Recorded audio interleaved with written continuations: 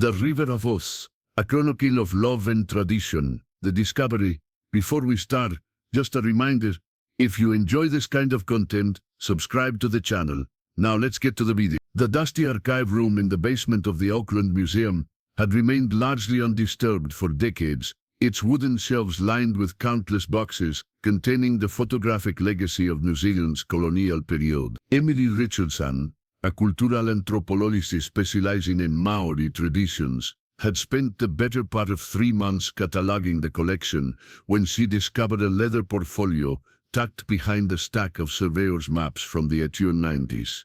The portfolio, bearing the faded inscription, Whitmore, Private Collection, 1895, contained the cemented glass plate negatives that would revolutionize understanding of traditional Maori marriage ceremony. As Richards carefully examined the first plate that the archive's specialized lighting, she realized she was looking at something extraordinary, clear photographic evidence of a marriage ritual that had been thought lost to history. "My God," she whispered to herself, adjusting her white cotton gloves as she lifted the delicate glass plate.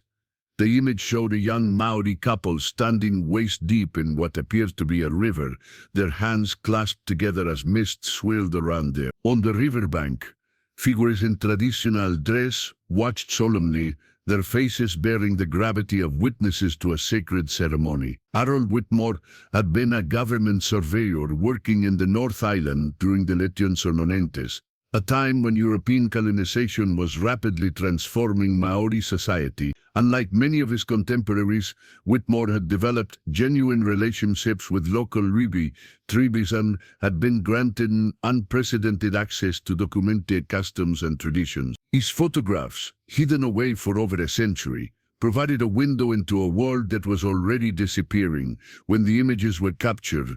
Richardson immediately contacted Dr. Aroha Tehuetu, a respected Maori elder and cultural advisor at the museum. Tehuetu's expertise in traditional customs would be essential to properly understanding and interpreting the significance of Whitmore's discovery.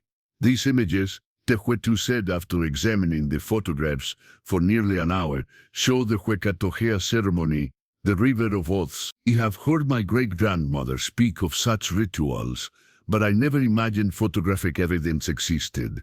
The Whakatohea ceremony, as Tehuetu explained, was a sacred marriage ritual practiced by several North Island iwi during the ceremony involved couples crossing a designated river or stream while making vows to each other and to their ancestors. The flowing water was believed to carry their promises to the spiritual realm, while the physical act of crossing together symbolized their commitment to face life's challenges as one. The water was not just a backdrop, Tehuetu continued, her voice carrying the reverence of someone deeply connected to her cultural heritage.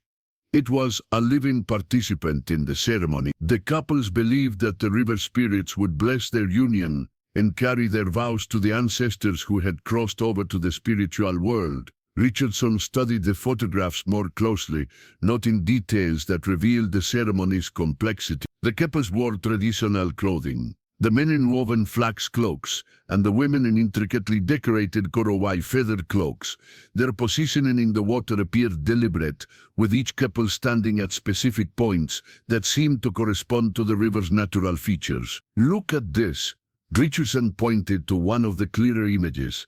"The couple is standing where two currents meet, and here, in this photograph, they're positioned near what appears to be a natural pool." Tehuetu nodded knowingly. The location within the river was crucial. Different positions had different meanings, some for fertility, others for prosperity, still others for spiritual protection. The elders would have chosen the exact spot based on the couple's needs and the spiritual guidance they received. The discovery of Whitmore's photographs came at a significant time in New Zealand's cultural landscape. There was growing recognition of the importance of preserving and revitalizing Māori traditions that had been suppressed or lost during the colonial period. These images provided tangible evidence of practices that had survived only in oral histories and fragmented accounts, This is more than just historical documentation. To observe, these photographs could help us understand and potentially revive aspects of traditional marriage ceremonies that have been lost. They show us not just what our ancestors did, but how they did it. The positioning, the clothing, the presence of the community. Richardson began this painstaking process of digitizing and analyzing each photograph, working with conservation specialists to ensure the fragile glass plates were preserved for future generations. Each image revealed new details about the ceremony, the specific types of traditional clothing worn, the positioning of tribal elders on the riverbank, the way mist from the water created an almost ethereal atmosphere around the proceedings. One photograph in particular captured Richardson's attention. It showed an elderly woman standing at the water's edge, her arms raised toward the sky in what appeared to be a blessing or invocation. Her traditional moko facial tattoos were clearly visible, and her expression conveyed both solemnity and joy. She would have been the Tuhonga, the spiritual leader conducting the ceremony. Tewatu explained, the raised arms suggest she was calling upon the ancestors to witness and bless the union. This is incredibly significant because it shows the central role of women in these sacred ceremonies. As word of the discovery spread through academic and Maori communities, Richardson found herself at the center of intense interest and debate.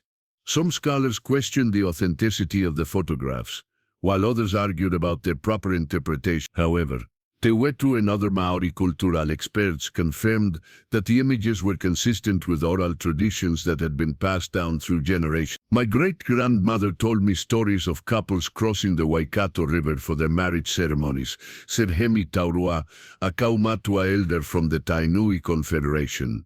She described the mist rising from the water and the way the ancestor spirits would dance in the vapors. These photographs show exactly what she described. The images also reveal the community aspect of the Wekatohea ceremony. Unlike European marriage ceremonies of the period, which focused primarily on the couple and immediate family, the Maori ritual involved the entire iwi. Men, women, and children lined the riverbanks, their presence serving as witnesses to the sacred vows being made. Marriage in traditional Maori society was not just about two individuals, to explain. It was about the joining of Wakapapa Kenyalolakiko lines, the strengthening of Aiwi connections, and the continuation of cultural traditions. Everyone had a role to play in supporting and blessing the union. Richardson's analysis of the photographs also revealed evidence of the ceremony's spiritual dimensions. In several images, the mist rising from the water created patterns that seemed almost supernatural, swirling around the couples in ways that suggested the presence of unseen forces. The mist was considered a sign of spiritual approval, Tewetu noted. When the ancestors blessed the union, their presence would be felt in the movement of the water and the patterns of the mist. These photographs capture that spiritual dimension in a way that written accounts never could. As Richardson prepared to publish her findings, she was acutely aware of the responsibility that came with sharing these images with the world. The photographs were not just historical artifacts, they were sacred records of deeply meaningful ceremonies that connected contemporary Maori to their ancestors and traditions. The discovery of Harold Whitmore's hidden portfolio had opened a window into a world that had been thought lost forever, revealing the beauty and complexity of traditional Maori marriage ceremonies and the central role that water, as both physical and spiritual element, played in binding couples together for life. I want to know how far this message is reached. Comment below and tell me which city or country you're watching from. Harold Whitmore arrived in New Zealand in 1892, carrying with him the latest in photographic equipment and a commission from the colonial government to survey and map the rapidly developing North Island. At 28 years old, he was already an accomplished photographer, having learned his trade documenting the industrial landscapes of Victorian England. However, nothing in his previous experience had prepared him for the cultural richness and spiritual depth he would encounter among the Maori communities of Aotearoa. Unlike many of his European contemporaries, who viewed the indigenous population through the lens of colonial superiority. Whitmore approached Maori culture with genuine curiosity and his personal journal, discovered alongside the photographs, revealed a man struggling to understand and document a way of life that was rapidly disappearing under the pressure of European settlement. Today I witnessed something that defies my understanding of marriage ceremonies, Whitmore wrote in his journal entry dated March 20. Itungalanden, in Berigotedunalanden, in the repeal. The young couple, Onen and Bear, crossed the Waikato River while their entire iwi watched from the banks. The ceremony was unlike anything I have seen in England. There was a spiritual quality to the proceedings that seemed to transform the very air around us.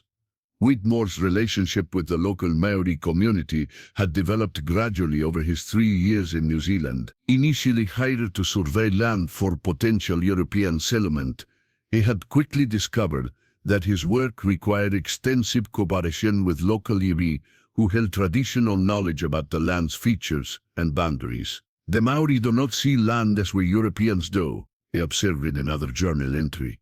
To them, every river, hill, and valley has spiritual significance.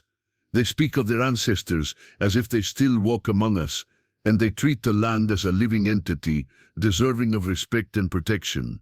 It was through his surveying work that Whitmore first learned of the Kwekwa Tohea ceremony.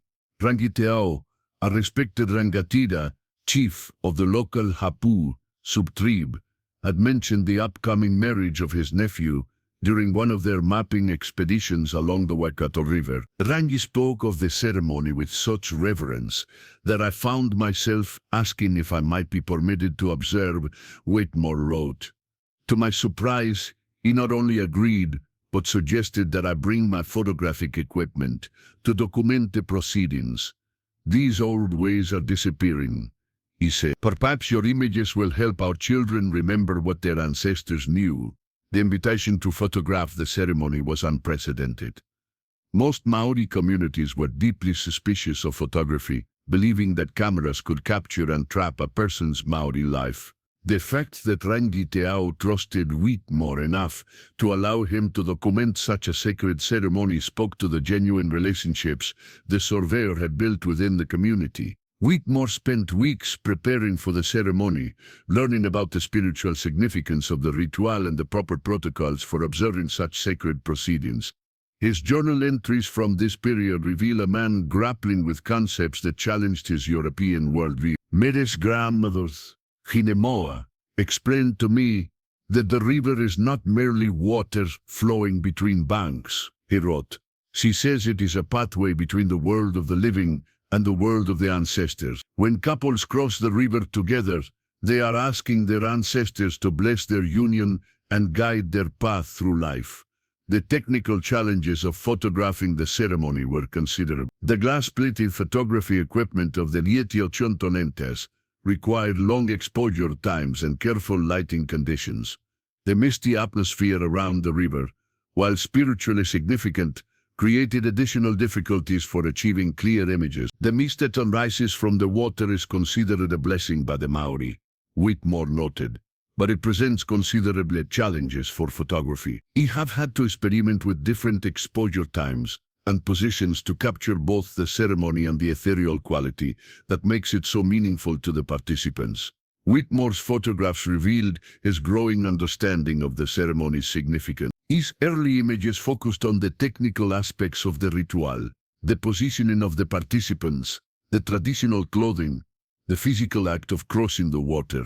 However, his later photographs showed a deeper appreciation for the spiritual dimensions of the ceremony. I am beginning to understand that what I am documenting is not simply a marriage ceremony, he wrote after photographing his third Waikato hair ritual. It is a complex spiritual practice that connects the couple not only to each other, but to their ancestors, their community, and the land itself. The river serves as both witness and participant in the sacred vows being made. The relationship between Whitmore and the Māori community deepened as he continued to document their traditions. He was invited to photograph other ceremonies and rituals, always with the understanding that his images would serve to preserve cultural knowledge for future generations. Rangitao told me today that the government schools are forbidding Maori children from speaking their own language, Whitmore wrote with obvious distress. He fears that within a generation, many of these traditions will be lost forever. He has asked me to create a complete photographic record of their customs, not for European curiosity, but for their own children, who may one day wish to return to the ways of their ancestors. This request led Whitmore to expand his documentation beyond the Wekatohea ceremony to include other aspects of traditional Maori life. However, the river crossing ceremonies remained his primary focus, as he recognized their unique significance in Maori culture. Each ceremony I photograph teaches me something new, he observed. The positioning of the couple in the water, the specific blessings offered by the elders, the songs sung by the community, every element has meaning that has been passed down through countless generations. Whitmore's photographs also capture the changing nature of Maori society during this period of intense cultural pressure. Some of the ceremonies he documented showed the influence of European contact, with participants wearing a mixture of traditional and European clothing or incorporating Christian elements alongside traditional spiritual practices. He sees in these images the story of a people adapting to forces beyond their control, he wrote. Yet even as they adopt some European ways, they maintain the essential spiritual core of their tradition. The river ceremonies continue because they represent something fundamental about Maori understanding of love, commitment, and community. The photographer's growing appreciation for Maori culture was evident in his technical approach to the image. His later photographs showed greater sensitivity to the spiritual aspects of the ceremonies, capturing not just the physical actions, but the emotional and spiritual atmosphere that made the ritual so meaningful. I have learned to see through Maori eyes, Whitmore wrote in one of his final journal entries about the ceremonies. The mist rising from the water is not an obstacle to clear photography. It is the visible presence of the ancestors blessing the union. My task is not to eliminate the spiritual element, but to capture it in a way that honors its significance. Whitmore's documentation of the Whakatohea ceremonies represented more than just ethnographic photography. His images capture a moment of cultural transition, preserving traditions that were already under threat, while revealing the resilience and adaptability of Maori culture in the face of colonial pressure. The trust placed in him by the Maori community was reflected in the intimate nature of his photographs. These were not the distant, objectifying images typical of colonial photography, but intimate portraits of sacred moments shared with someone who had earned the right to witness and document them. The Waikato River in 1895 flowed through a landscape that bore witness to both ancient traditions and rapid colonial transformation. Along its banks, traditional Maori settlements existed alongside newly established European farms, creating a complex cultural mosaic that photographer Harold Whitmore documented with increasing sensitivity and understanding. For the Maori communities of the region, the river was far more than a geographical feature or transportation route. It was a living ancestor, a spiritual highway connecting the physical and metaphysical worlds, and a sacred space where the most important ceremonies of life were conducted. The river remembers everything, explained Hinemoa, the elderly Tuhonga Wahine, female spiritual leader who had become Whitmore's primary cultural guide. Every couple who has crossed these waters, every vow spoken above the flowing current, every blessing offered by the ancestors, all of this lives within the river's memory. Hinemoa's words, carefully recorded in Whitmore's journal, reflected a worldview that saw the natural environment as an active participant in human affairs, rather than merely a backdrop for human activity. This understanding was central to the Wekatohea ceremony, which treated the river as both witness and blessing giver to the marriage vows being made. The specific section of the Waikato River where the ceremonies took place had been chosen by ancestors generations earlier based on its unique spiritual properties. The river curved gently at this point, creating areas of both swift current and calm pool. Ancient pohutukawa trees lined the banks, their gnarled roots extending into the water and their canopy providing natural shelter for the assembled community. This place has been sacred to our people since the time of our earliest ancestors, Rangitao explained to Whitmore as they prepared for another ceremony. The river spirits are strongest here, and the connection between our world and the world of the ancestors is most clear. When couples cross at this place, they are walking in the footsteps of all who came before them. Whitmore's photographs capture the physical beauty of this sacred space, but they also reveal the careful preparation that went into each ceremony. The riverbank was cleared and prepared days in advance, with specific areas designated for different participants. Elders occupied positions of honor closest to the water, while younger community members arranged themselves in patterns that reflected traditional social hierarchies. The timing of the ceremonies was also significant, usually taking place during the early morning hours when mist naturally rose from the water surface. This mist was considered a manifestation of ancestral presence, and its patterns were carefully observed by the Stohonga for signs of spiritual approval or guidance. The ancestors speak through the movement of the mist, Hinemoa explained to Whitmore as they watched vapors swirl around a young couple preparing to enter the water. When the mist embraces the couple, it shows that the ancestors welcome this union. When it moves away, we must wait for a more auspicious time. The water itself played multiple symbolic roles in the ceremony. Its flowing nature represented the continuous passage of life from one generation to the next, while its depth symbolized the mysteries of existence that couples would explore together. The act of crossing together required trust, cooperation, and mutual support, qualities essential to a successful marriage. Whitmore's photographs revealed the careful choreography of the crossing itself. Couples did not simply wade across the river, they moved according to specific patterns that had been passed down through generations. The path they took, the pace of their movement, and the points where they paused all carried spiritual significance. Each step has meaning, observed Tane Mahuta, a young rangatira who served as Whitmore's cultural interpreter. The couple must move as one, supporting each other through the swift currents and celebrating together in the calm pools. If one stumbles, the other must provide strength. If one hesitates, the other must offer encouragement. The photographer's images captured these moments of mutual support with remarkable clarity. In one particularly striking photograph, a young woman had slipped on the river's rocky bottom, and her partner was shown steadying her while maintaining their forward progress. The image became a powerful metaphor for marriage itself, the commitment to support one another through life's challenges. The spiritual preparation for the ceremony was as important as the physical crossing. Couples spent days in purification rituals, fasting, and receiving instruction from elders about the sacred nature of the vows they were about to make.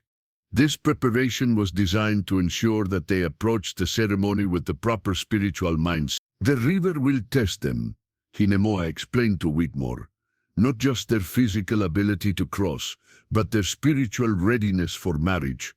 The water has a way of revealing the true nature of identity. Couples who are not truly committed to each other will find the crossing difficult or impossible.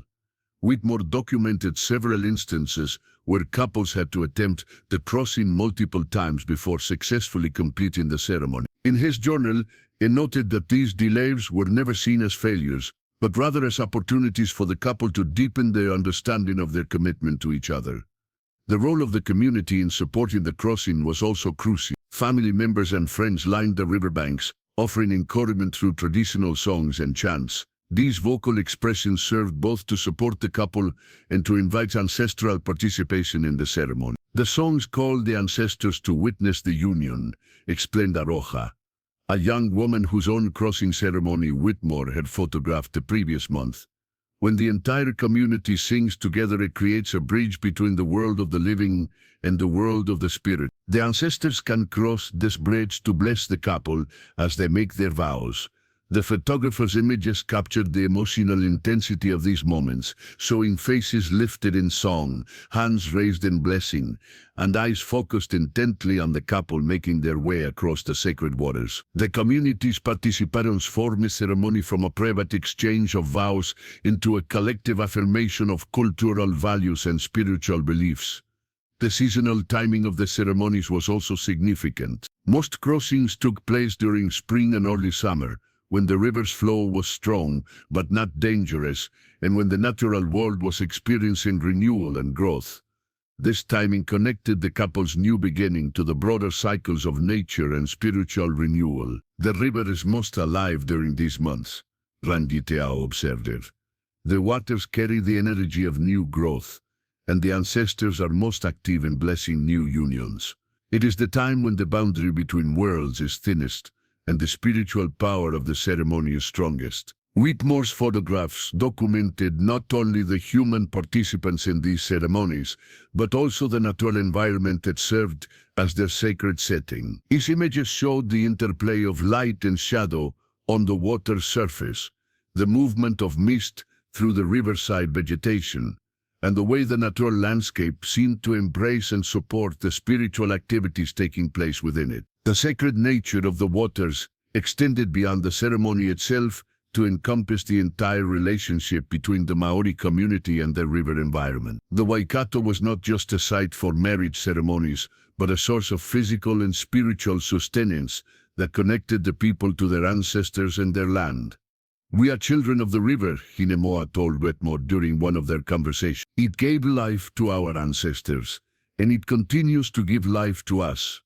When our young people cross its waters to begin their marriages, they are acknowledging their place in this continuous flow of life from past to future." The community gathered along the banks of the Waikato River represented more than mere spectators to a marriage ceremony. They were active participants in a sacred ritual that bound together not only the couple crossing the waters, but the entire iwi, in a web of spiritual and social obligations. Harold Whitmore's photographs captured the faces of these witnesses, revealing the deep emotional investment that each community member held in the success of the union being blessed before them. Among the most prominent figures in Whitmore's images was Koro Apidana, the eldest member of the Hapu, and a repository of traditional knowledge that stretched back 7 generations. At 93 years old, Koro had witnessed countless Wakatohea ceremonies, and served as the final authority on proper protocol and spiritual significance. "Each crossing I witness connects me to all the crossings that came before," Koro told Whitmore through their interpreter, Tane Mahut. "I see my own grandparents in these young faces, and I see the children yet to be born." The river ceremony is not just about the present moment, it is about the continuous flow of our people through time. Whitmore's photographs showed Koro positioned at the most honored spot on the riverbank, his weathered hands resting on a carved walking stick that had been passed down through his family for generations. His eyes, though clouded with age, remained fixed on the couple in the water with an intensity that spoke to the sacred nature of his witnessing role. The positioning of community members around the riverbank followed strict protocols that reflected traditional social structures and spiritual hierarchies. Elders occupied the places of greatest honor closest to the water, while younger adults and children arranged themselves in concentric circles that radiated outward from the ceremony center. "Everyone has their place, and every place has its purpose," explained Meratakiri, a middle-aged woman whose own daughter would soon undergo the crossing ceremony. "The elders are closest because their wisdom and spiritual power are needed to bless the union. The children are present because they must learn these traditions so they can carry them forward." Whitmore's camera captured the careful attention that children paid to the proceedings, their young faces serious with the understanding that they were witnessing something of profound importance. Many of these children would grow up to cross the same waters themselves, and their presence at the ceremony served as both education and preparation for their own future participation in the tradition. The role of women in the ceremony was particularly significant, as Whitmore's photographs revealed. While European marriage traditions of the period largely excluded women from positions of spiritual authority, The Weka Tohea ceremony placed women at its very center. The Tohonga Wahine, who conducted the spiritual aspects of the ritual, and authority equal to any my leader. Women are the life-givers, Hinemoa explained to Whitmore as she prepared for her role in an upcoming ceremony. We understand the mysteries of creation and the connections between generations. The river spirits respond to our calls because we speak the language of life and renewal. Whitmore's photographs showed Hinemoa and other women leaders in positions of clear authority. Their traditional moko, facial tattoos, marking their status as spiritual guides, and their gestures commanding the attention and respect of the entire community. These images provided powerful evidence of women's leadership roles in traditional Maori society, challenging European assumptions about indigenous gender relations. The emotional investment of family members was particularly evident in Whitmore's portraits of parents and grandparents watching their children and grandchildren make their sacred crossing. The photographer captured expressions of pride, anxiety, hope, and deep spiritual connection as family members witnessed the next generation taking their place in the continuous flow of cultural tradition. When I watch my son cross the river with his chosen partner, reflected Wairmu whose son's ceremony Whitmore had documented, I see all the generations of our family who have made this same crossing. I see my own father and grandfather, and I see the children who will come after. It is a moment when time collapses, and past, present, and future become one. The photographer's images also revealed the careful preparation that community members underwent before participating in the ceremony. Traditional clothing was brought out from storage and carefully maintained, with intricate patterns and decorations that carried their own spiritual significance. The wearing of these garments connected the participants to their ancestors and marked the ceremony as distinct from everyday life. These clothes are not costumes, emphasized Aroha Ngata, a skilled weaver whose work adorned many of the ceremony participants. Each pattern tells a story, each color carries meaning, each feather represents a connection to the spiritual world. When we wear these garments, we become vessels for our ancestors' presence. Whitmore's photographs documented the stunning variety and craftsmanship of traditional Maori clothing, from the intricate geometric patterns of woven flax garments to the elaborate feather cloaks that mark positions of high status. The visual richness of these garments added to the ceremonial atmosphere and reinforced the sacred nature of the proceedings. The role of music and chanting in the ceremony was captured in several of Whitmore's most powerful images. Community members were shown with mouths open in song, their faces lifted toward the sky as they offered traditional karakia prayers and waiata songs that had been passed down through generations. The songs carry our voices to the ancestors, explained Hemi Pomare, a respected composer and performer of traditional music. When we sing together during the crossing ceremony, we create a bridge of sound that connects the earthly realm to the spiritual realm. The ancestors hear our voices and know that their traditions continue to live. The photographer's images captured the collective nature of this musical participation, showing how individual voices merged into a powerful communal expression that seemed to transform the very atmosphere around the river. The visual evidence of this musical tradition provided important documentation of performance practices that were already beginning to disappear under colonial pressure. The ceremony also served important social functions beyond its spiritual significance. Whitmore observed and documented how the gathering provided opportunities for different hapuru to come together, strengthening political and social alliances through shared participation in sacred ritual. Marriage is not just about two individuals, noted Raniteao. It is about the joining of families, the strengthening of family connections, and the continuation of our people. When we gather for these ceremonies, we renew our commitments to each other and to our shared tradition. The photographer's images showed evidence of these broader social connections, capturing interactions between members of different groups and the careful protocols that governed intertribal relationships. These visual records provided valuable documentation of traditional Maori social structures and diplomatic practices. The presence of children at the ceremony served multiple purposes beyond simple education. Whitmore's photographs showed young people actively participating in various support roles, from helping to prepare the ceremonial space to assisting elders with their traditional garments. This participation ensured that cultural knowledge was transmitted not just through observation, but through direct involvement. Children learn by doing, not just by watching, observed Mata Wakatohea, a grandmother whose grandchildren appeared in several of Whitmore's photographs. When they help prepare for the ceremony, when they sing the traditional songs, when they see the joy and solemnity of the crossing, they absorb the knowledge in their bones. This is how our traditions survive. The photographer's documentation of these intergenerational interactions provided powerful evidence of traditional Maori educational practices and the central role that ceremony played in cultural transmission. The images showed a community actively engaged in ensuring its own cultural continuity through the careful inclusion and instruction of its youngest members. As Whitmore continued to document these ceremonies throughout 800s, the pressure of European colonization was making it increasingly difficult for Maori communities to maintain their traditional practices, and many of the elders he photographed would be among the last generation to have grown up entirely within traditional cultural frameworks. These images may be all that remains of our old ways, Koro Apirana told Whitmore during one of their final conversations.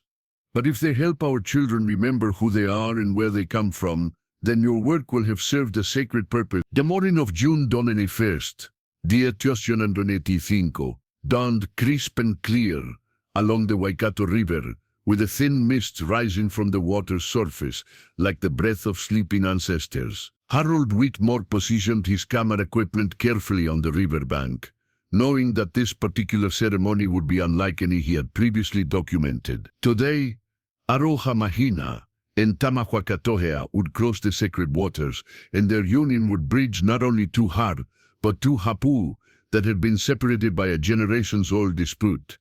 Aroha belonged to the Ngati Poro hapu, while Tama was from the Ngati Tuhueretua. Their love had blossomed despite the political tensions between their groups, and their decision to marry represented both a personal commitment and the potential healing of old wounds. The ceremony had taken months to arrange, requiring delicate negotiations between tribal leaders and extensive spiritual preparation to ensure that the crossing would be blessed by the ancestors of both groups. This is more than a marriage, Rangiteao had explained to Whitmore as they prepared for the ceremony. This is a chance for our people to remember that we are all children of the same rivers, descendants of the same ancestors. If Aroha and Tama can cross the water together successfully, it will be a sign that our Apu can also bridge the divisions that have kept us apart.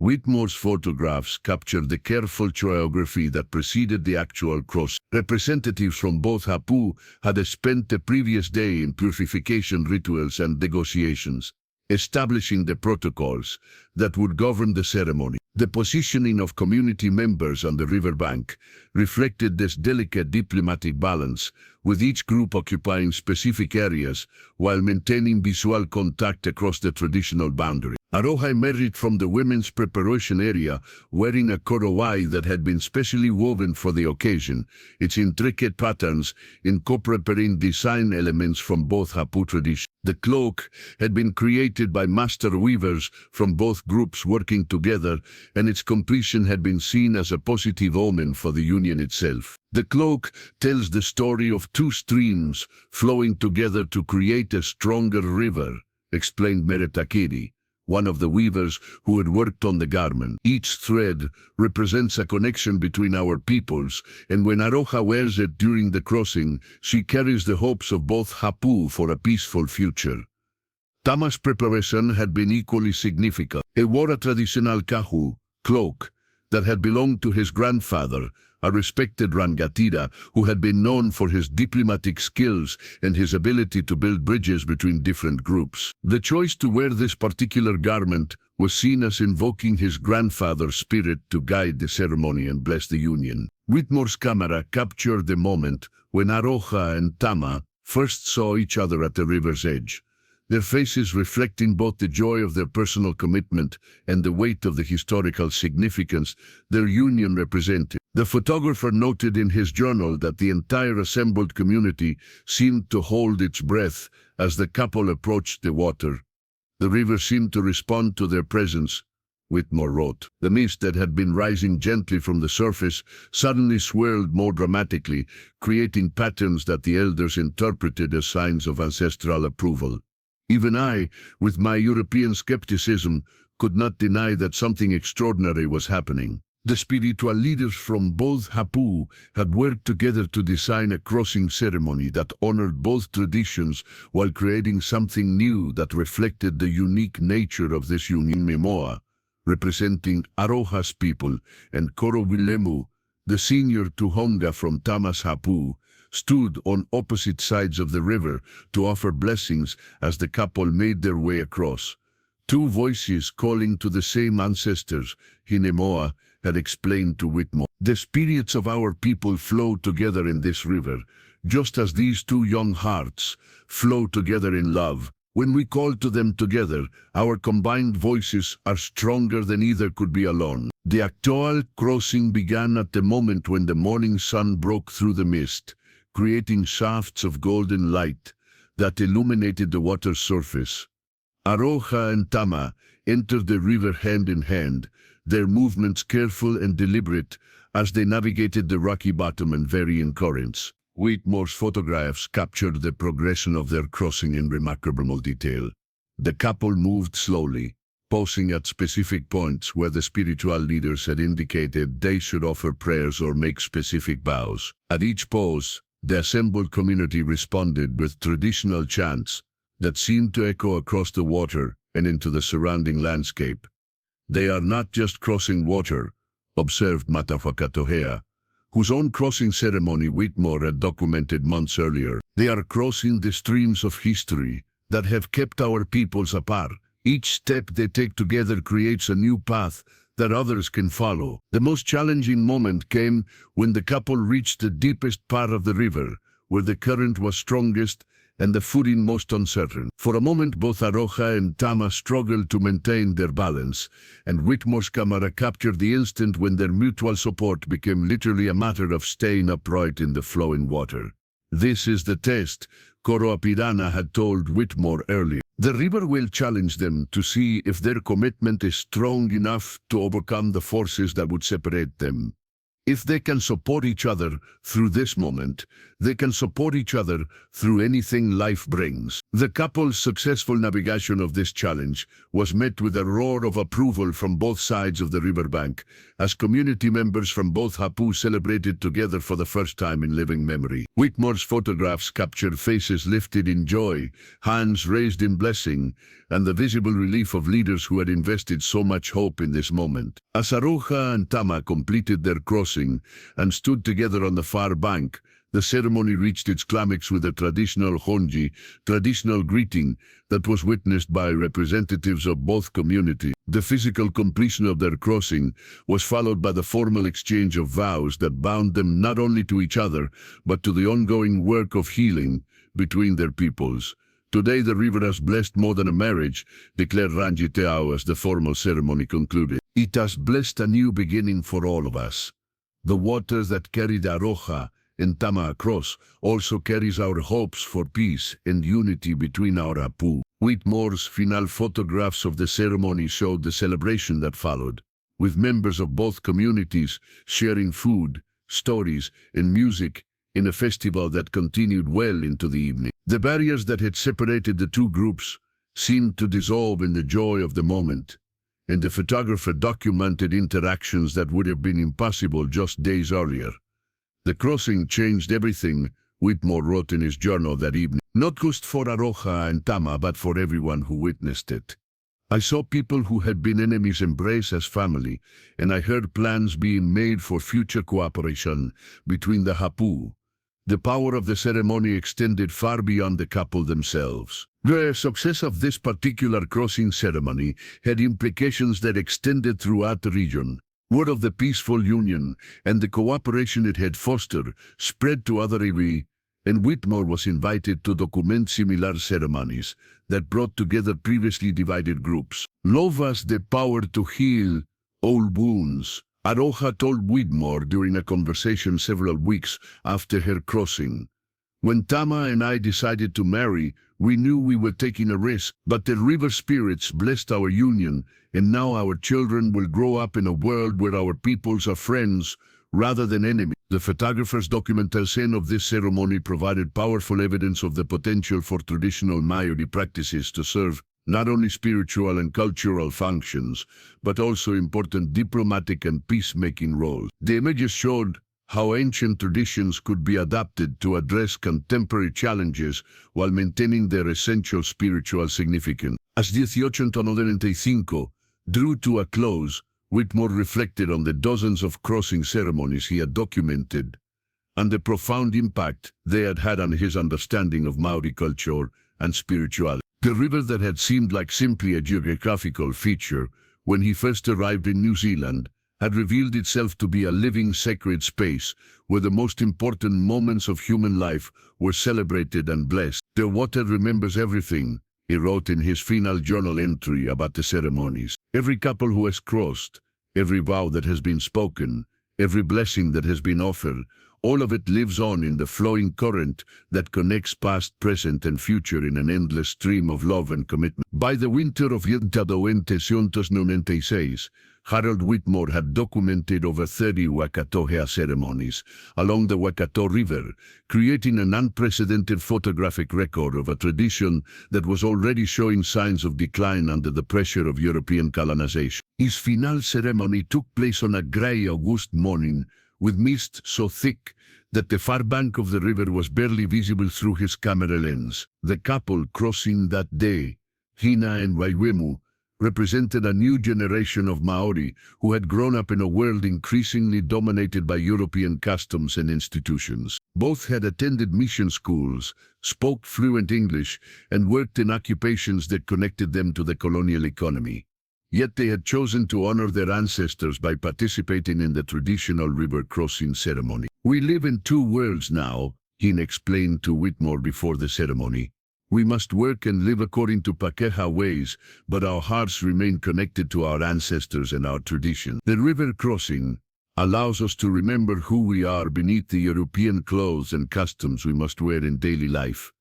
Whitmore's photographs of this final ceremony captured the poignant blend of traditional and modern elements that characterized Maori life, and while the spiritual aspects of the ritual remained unchanged, subtle differences reflected the changing times. Some participants wore European clothing beneath their traditional cloaks, and the prayers offered by the tohunga included references to the challenges facing Maori communities in the modern world. "The ancestors understand that times are changing," explained Nimoa, now in her 70s and one of the last tohunga wahine to have learned her skills entirely within traditional frameworks. "The river spirits do not require us to reject all new ways, but they do require us to remember the old ways and to honor the connections that bind us to our people and our land." The photographer's journal entries from this period revealed his growing awareness that he was documenting the end of an era. Government policies were increasingly restricting Maori cultural practices, mission schools were discouraging traditional beliefs, and the economic pressures of colonial life were making it difficult for communities to maintain the extended family networks that supported traditional ceremonies. "I fear these may be among the last river crossings I will photograph," Whitmore wrote after Hine and Wairemu's ceremony.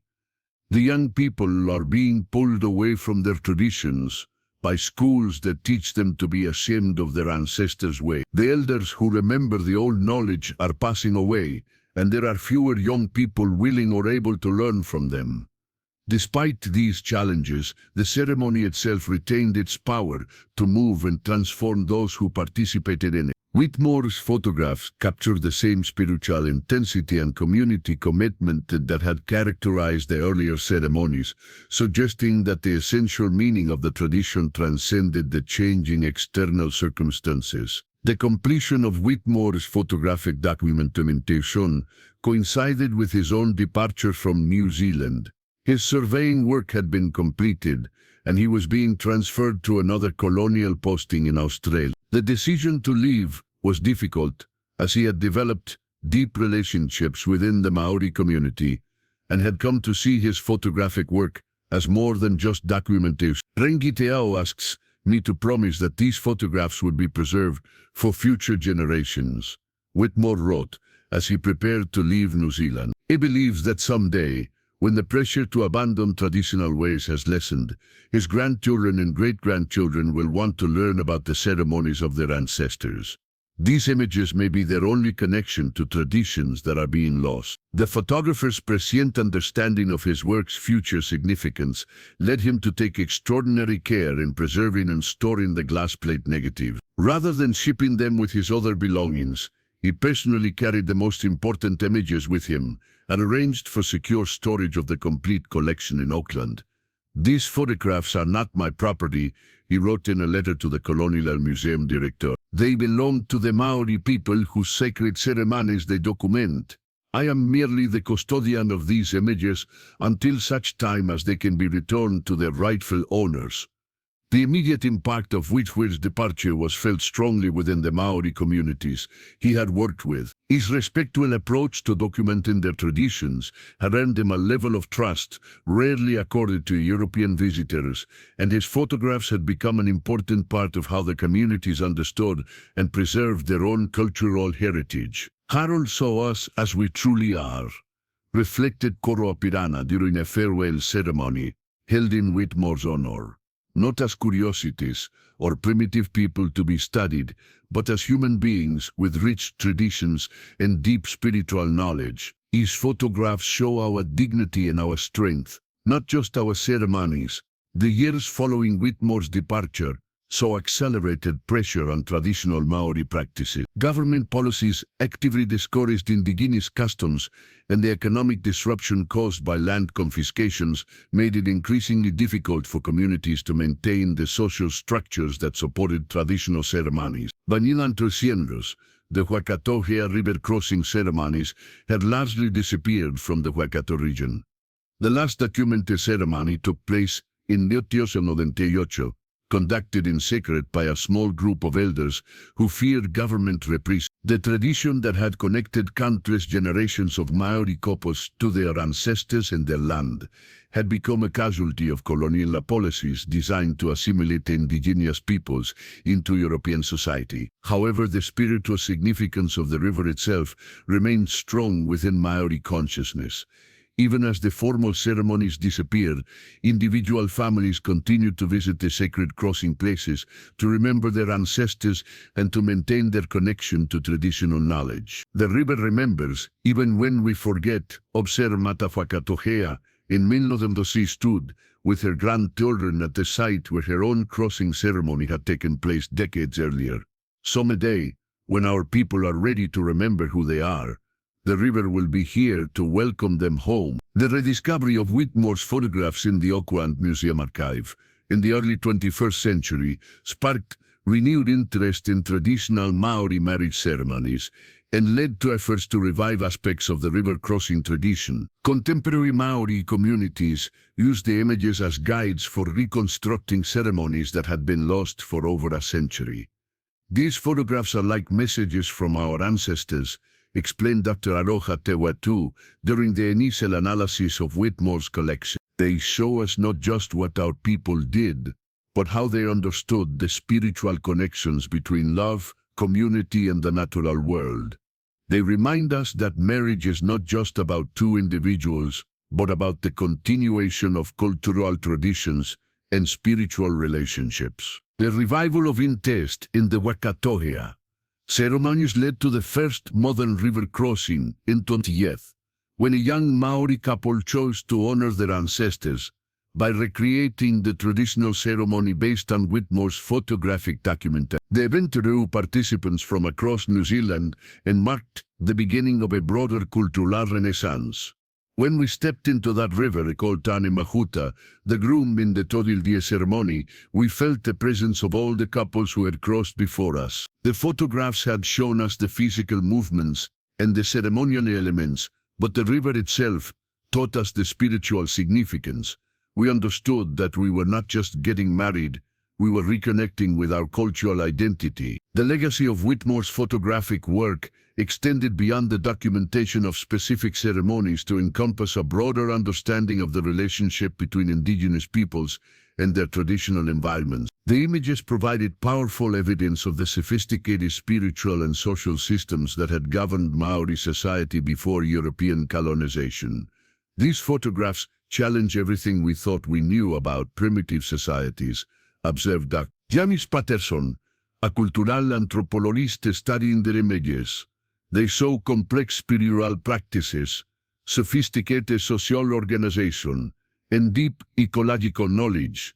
They force us to reconsider our assumptions about indigenous cultures and their contributions to human understanding.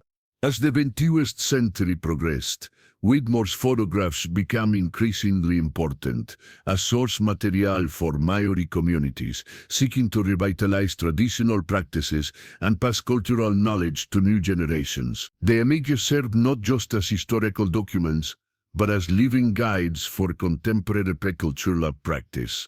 Our ancestors knew that love was sacred, reflected Hinemoa Takiri, a descendant of one of the couples Whitmore had photographed. They understood that marriage was not just a personal choice, but a spiritual commitment that connected couples to their ancestors, their community, and their land. These photographs help us remember that wisdom and apply it to our lives today. The river crossing ceremonies documented in Whitmore's photographs had evolved from specific cultural practices into symbols of broader themes: the power of love to bridge differences, the importance of community support for individual commitments, and the enduring connection between human beings and the natural world that sustains them. The mist that rose from the Waikato River in those long-ago photographs seemed to carry within it the breath of ancestors who had understood these truths and had created ceremonies to honor and preserve them. Through Whitmore's lens, that ancient wisdom had been captured and preserved, waiting for the day when new generations would be ready to learn from the flowing waters and the sacred traditions they had witnessed. In the end, the River of Oaths had kept its promise. The waters had remembered everything, and through the miracle of photography, they had shared their memories with a world that desperately needed to remember the sacred nature of love, commitment, and community. The couples who had crossed those waters in Hechostom 95 had created a legacy that would flow forward through time, carrying their wisdom to generations yet unborn. On a misty morning in 2023, exactly 28 years after Harold Whitmore captured his final image of the Wakatohea ceremony, the Waikato River once again witnessed the sacred crossing of a Maori couple, seeking the blessing of their ancestors. The ceremony, reconstructed from Whitmore's photographic documentation and guided by the oral traditions that had survived in family memories, marked the full revival of a practice that had been thought lost forever. As the young couple stepped into the flowing waters, surrounded by their community and guided by elders who had studied the old photographs with reverence and care, the river seemed to welcome them home. The mist that rose from the water's surface carried within it the echoes of all the vows that had been spoken in that sacred place, all the love that had been blessed by the flowing current, all the hope that had been invested in the promise that true traditions never truly die. They simply wait beneath the surface until the time is right for them to emerge once more. Harold Whitmore's photographs had served their purpose, bridging the gap between past and present, preserving the sacred knowledge of the ancestors until their descendants were ready to reclaim their heritage. The River of Oaths continued to flow, carrying its ancient wisdom forward into a new century where old traditions and new understanding could flow together like tributaries joining to create a stronger, deeper stream. The legacy of love, commitment, and cultural continuity that had been captured in those misty photographs lived on, proving that some truths are as eternal as the flowing waters that carry them from one generation to the next.